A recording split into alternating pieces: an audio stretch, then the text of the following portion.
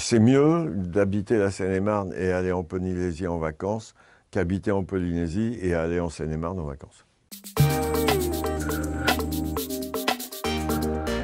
Je suis né à Oran en Algérie. Quand j'ai eu 3 ans et demi, mes parents ont décidé de venir habiter en France. J'ai vécu dans la banlieue parisienne, je crois dans le 78 à Cormeilles en Parisis, où c'est un peu la campagne. Ensuite dans le 12e à Paris, ensuite petite escale dans le 16e, et puis j'ai passé toute mon adolescence dans le 17e.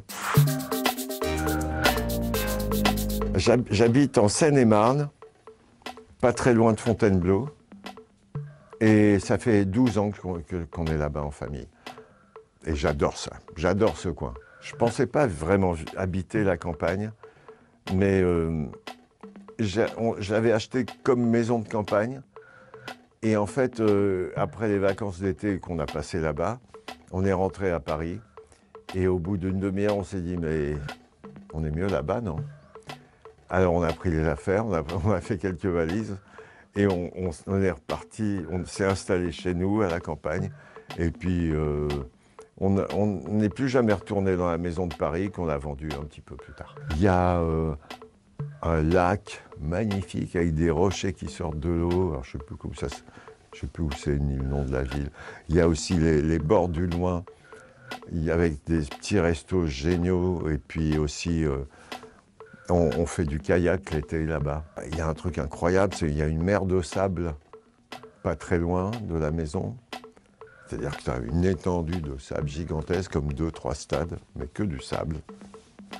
Bon, après, c'est Bogdanov qui m'a expliqué que c'était la mer avant qu'il y avait la mer ici.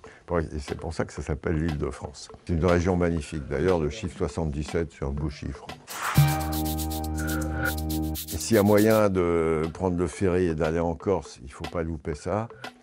Mais c'est sûr qu'on partirait probablement vers l'ouest, vers la Normandie, vers la mer, et on descendrait pour aller jusque Bordeaux, les dunes du Pilat, tout ça. Et les Pyrénées, très intéressant aussi. Marseille, Nice, Monaco, oui aussi. C'est moins extraordinaire, c'est moins flashant, mais c'est quand même bien agréable. Et tu remontes par les montagnes, les Alpes, Lyon, Dijon, Strasbourg, Nancy. Je ne sais pas si c'est en ordre, mais je ne connais pas très bien encore. Et puis le nord, évidemment, on irait voir le nord. Il n'y a pas beaucoup de centres.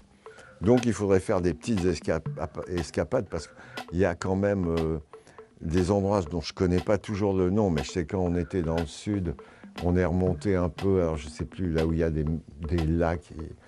C'est ma femme qui connaît mieux. De toute façon, quand on part en voyage comme ça, c'est ma femme qui organise. Et c'est elle est beaucoup plus... Moi, je conduis, j'adore conduire, mais c'est elle qui organise et qui dit là, on va aller là, là, on va aller là. Il y a beaucoup d'endroits, même français, que j'adore dans le monde. Hein. Si tu prends déjà Vanuatu, Nouméa, la Polynésie, Tahiti et Moorea et toutes les îles, là, c'est beau comme c'est pas permis. Le ciel de Polynésie est dingue, est complètement dingue. Tous les soirs, tu regardes le coucher de soleil. Le ciel est rouge vif. C'est vraiment magnifique. Je ne sais pas si j'irai vivre là-bas, quoique c'est mieux d'habiter la Seine-et-Marne et aller en Polynésie en vacances qu'habiter en Polynésie et aller en Seine-et-Marne en vacances. Il y a toujours ce rêve de jouer en haut d'une montagne parce que ça résonne, la musique a une dimension extraordinaire dans les montagnes. J'ai déjà joué un petit peu, j'ai fait des concerts à la montagne. Et donc, on dirait en haut du Mont Blanc, et avec des méchants amplis qui jouent pour toute la région, et avec la résonance, ça ferait un beau concert.